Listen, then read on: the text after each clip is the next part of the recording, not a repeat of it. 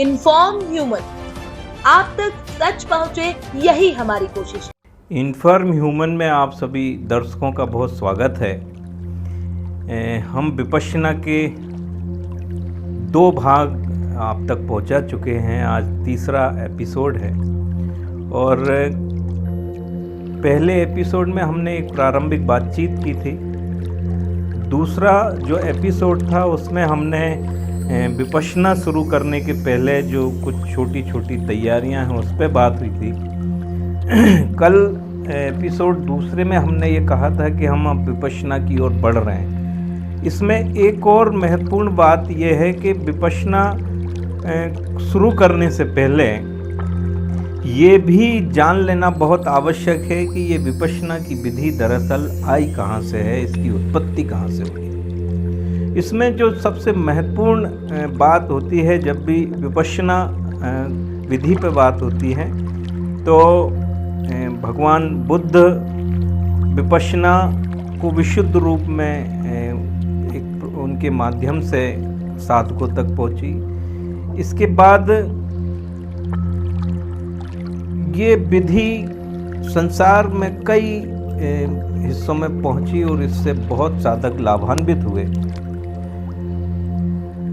बाद में धीरे धीरे ये विधि हिंदुस्तान से तो बाहर चली गई, लेकिन राम नारायण गोयनका जी इसको ठीक वैसे ही उसी रूप में वापस लेके आए। ये श्रेय उनको जाता है, जिन्होंने हिंदुस्तान क्या विश्व के कई देशों में विपश्यना केंद्र, धम्म केंद्र स्थापित करके विपश्यना को कई साधकों तक पहुंचाया और आज भी कई साधक इससे लाभान्वित हो रहे हैं।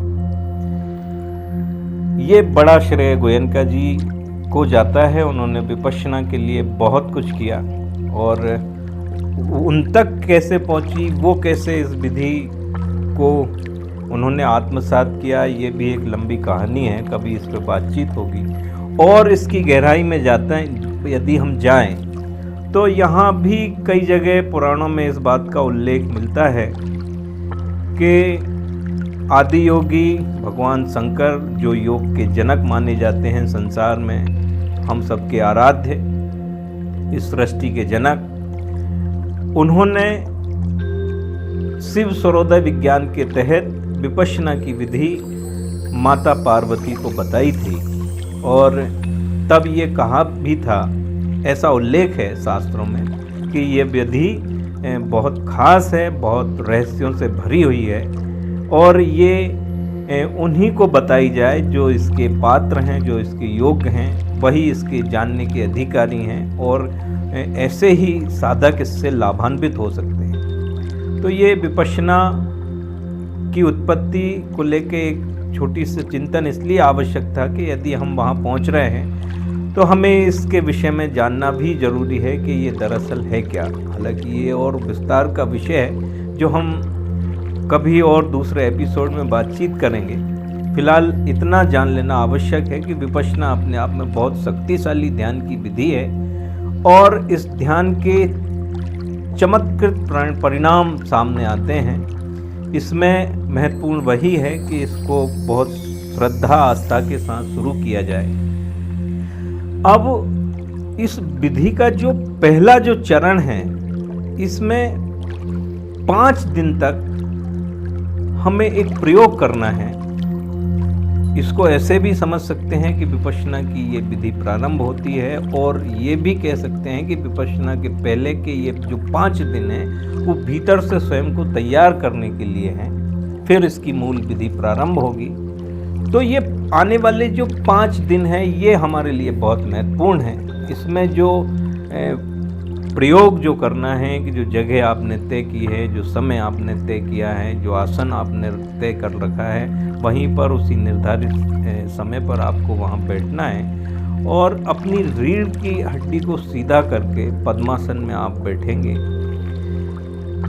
आहिस्ता से अपने नेत्रों को बंद करेंगे और अपना पूरा ध्यान अपनी आती जाती सांसों पर केंद्रित करेंगे। इन 5 दिन तक, पहले दिन हो सकता है 5 मिनट आप बैठ पाएँ, दूसरे दिन आप कोशिश कीजिए कि थोड़ा सा और समय बढ़ जाए, अगले दिन फिर थोड़ा समय बढ़ाइएगा, कोशिश कीजिएगा 15 से 20 मिनट, आधे घंटे तक भी आप बैठें तो बैठिएगा।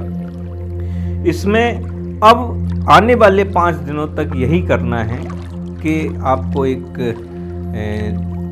अर्ध पद्मासन में यदि सुविधाजनक होता है तो उसमें बैठिए, पद्मासन में बैठ पाते हैं तो और अच्छी बात है।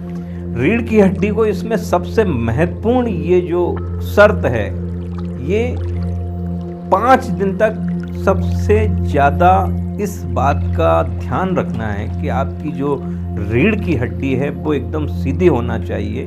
और दूसरा जो महत्वपूर्ण बात ध्यान में रखने वाली है वो ये है कि आप जब उस अवस्था को शुरू कर दें, जब अपने नेत्रों को बंद करके जब आप अपने श्वास पर ध्यान केंद्रित करें, तब आपके शरीर में किसी प्रकार की कोई हलचल नहीं होना चाहिए। आप एकदम स्थिर होकर बैठे रहें, नेत्रों को बंद करें और अब आपको सिर्फ एक ही काम करना है कि आपकी जो श्वास आ रही है, जा रही है, आती जाती श्वास को आपको देखना है। हो सकता है पहले दिन आपको बहुत परेशानी हो, आपका ध्यान ही केंद्रित ना हो पाए, किंतु विचलित मत होइएगा।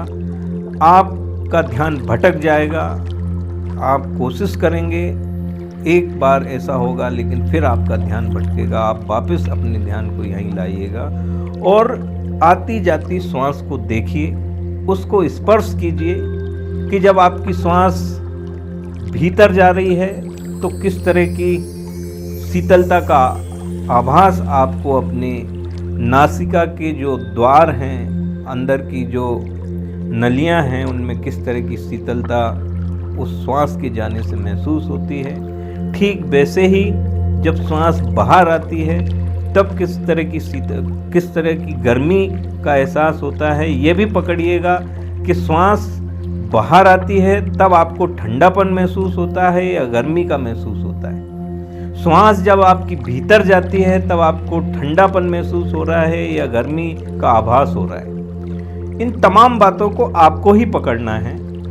आप खुद महसूस कीजिएगा कि आपकी श्वास कहाँ है, कहाँ तक पहुँचती है, किस तरह से श्वास चल रही है, कैसी उसकी गति है, किस तरह का उसमें आभास है, ठंडापन है, गर्मी है, उसकी लयबद्धता कैसी है। इस सारी चीज़ों को आप पकड़िएगा और उस श्वास पर आप केंद्रित रहिएगा। जहाँ जहाँ वो जाती है वहाँ वहाँ आप उसके साथ चलिए। ये प्रयोग विपश्यना के पहले 5 दिन तक हमें करना है, जिसकी शुरुआत आपने यदि आज रात का समय तय किया है तो ये एपिसोड पहुंचने तक आपका समय यदि रात्रिकालीन का है तो आप आज से इसका शुभारंभ कर सकते हैं। यदि आपने कल से कोई प्लान किया है तो कल से आप इसका शुभारंभ कीजिए और आपको बहुत शुभकामनाएं। एक आध्यात्मिक यात्रा की ओर आप बढ़ रहे हैं।